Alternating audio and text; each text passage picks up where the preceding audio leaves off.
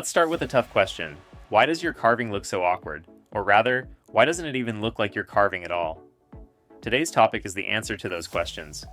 It's about a phase everyone goes through, fixing pooping syndrome. First, I'd like to dive into what exactly pooping syndrome is and analyze the writing form that leads to it. Now, this is a classic case of pooping syndrome. Everyone ends up in this posture at some point. Out of the 100 or so riders we've coached on the slopes this season, and dozens more I've diagnosed through our video analysis service, about 90% of them were stuck in this exact posture. I define pooping syndrome as a posture where only the butt sticks out excessively from the board. But it's more than just sticking out. The angle is also wrong. If your pelvis were facing forward, you'd only see the left side of your hip bone sticking out. But in this video, your whole butt, the part you actually sit on, is just pointing straight out. The direction your hips are facing is totally off. Now let's start by looking at what's actually going well. First, his eyes are leading the turn, which is great. On top of that, his shoulders are rotated toward the direction of travel. So looking just at the upper body, it's facing exactly where it needs to be. Now, let's compare it to my riding. I actually lent him my board, so we're on the exact same setup. Yet there's this huge difference in posture. I want to dive into why this happens. Since we're here, I want you all to think along with me. What do you think is the difference? First, look at which part is sticking out from the board the most.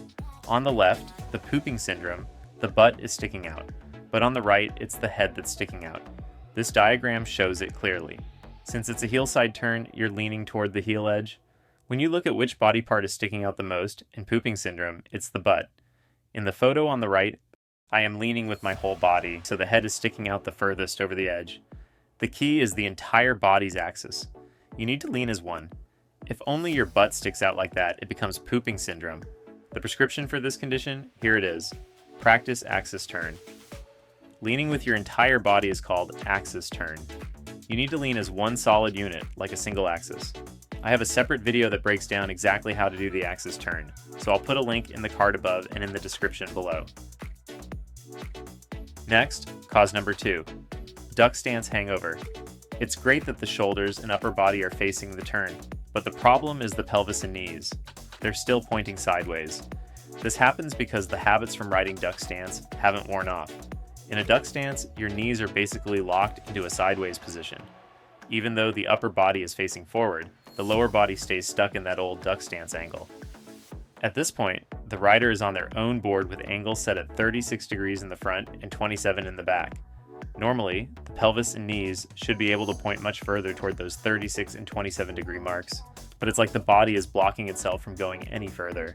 The prescription for this condition: adjust your ankle straps and focus on internal and external knee rotation. If your knees and pelvis are still pointing sideways despite your forward angles, the first thing to do is loosen your boots to create some room around the tongue of your boots, right here. I've covered this in detail in my previous video, so go check that out.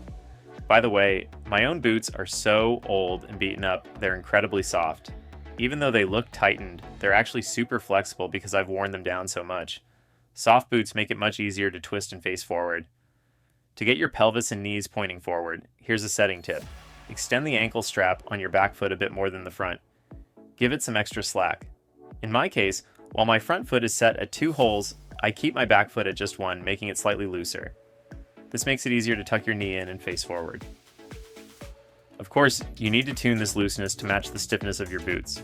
If it's too loose and you feel like you might sprain your ankle, shorten the strap to provide a solid stop. It's all about finding the right balance with your specific gear. You can also fine-tune the movement by how much you tighten the straps. Once you crank them down, your range of motion is restricted, but if you keep them a bit looser, you get a lot more flex. So between loosening the boots and adjusting the strap length, usually by extending it, you have plenty of room to tweak your setup. Use the ratchets to dial in the exact knee flick or responsiveness you prefer. When your back knee can flex properly, it's much easier to twist and face forward. On the flip side, if everything is stiff and the ankle straps are cranked to the max, you'll hit a wall. Your movement will just stop right there. And when that happens, it's almost impossible to get your knees and pelvis to face the direction of travel. Another way to fix this is to rotate your knees. Front knee out, back knee in. That's external rotation for the front and internal rotation for the back. Focusing on this twist will help you face forward. Try to tuck your knees in. You can twist that front knee outward. and you'll find yourself facing straight ahead much more naturally. The third cause of pooping syndrome is too much weight on the front foot. If you look closely here, you can see the front leg is bent more than the back. When I tell people it's okay to put more weight on the front, they're great at following directions, but it often ends up looking like this. I call this phenomenon where the front leg is bent more hip attack syndrome. Let's compare.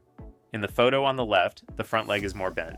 But in the photo on the right, even though you might think the front is bent, it's actually the back leg that has more of a flex. Something I've noticed is that your center of gravity always shifts toward the bent knee. If your front knee is more bent, your weight moves forward. If your back knee is more bent, it moves backward. To put it the opposite way, you could also say the center of gravity moves in the opposite direction of the straight leg. For example, if the front leg is straight, it acts like a prop, so the weight goes to the back. Conversely, if the back leg is stretched out straight, that becomes the prop and the weight goes to the front. You can really feel this if you just stand up and try it. Your weight sits right on the thigh of the bent leg. Now, because you're doing this on an actual slope, if you just keep your weight equal on both feet, you'll end up leaning way too far forward. That's why you need to extend your front leg to hold your position.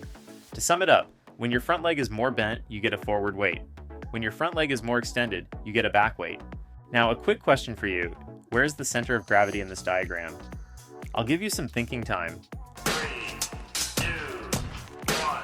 Despite being outside, my 2-year-old son feels the arrival of spring and is napping in the pleasant sunshine. Alright, the correct answer is back weight.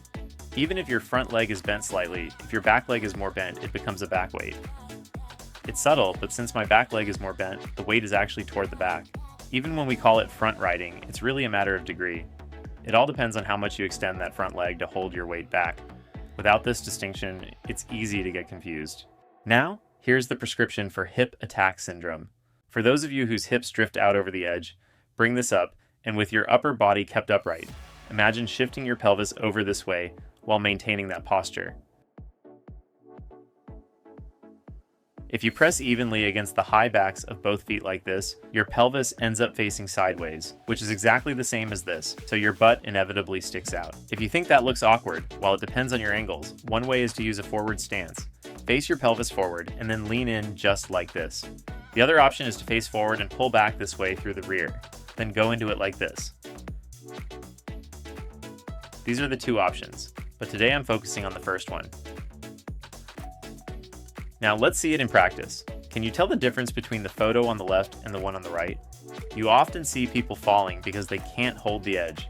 In the left photo, the upper body is too upright, almost like you're puffing out your chest, and the legs are locked straight, forming a simple L shape.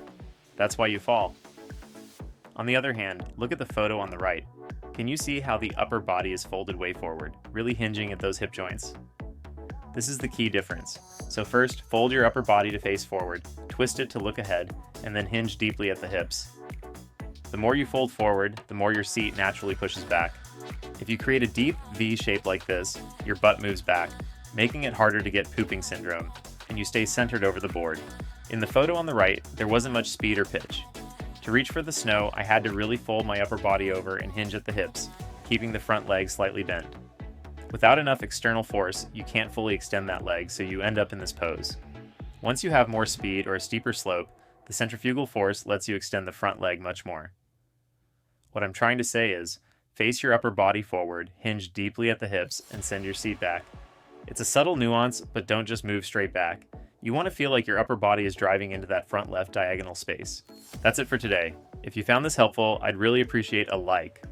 It would mean a lot. Believe it or not, I'm up at 4 a.m. putting these together for you guys.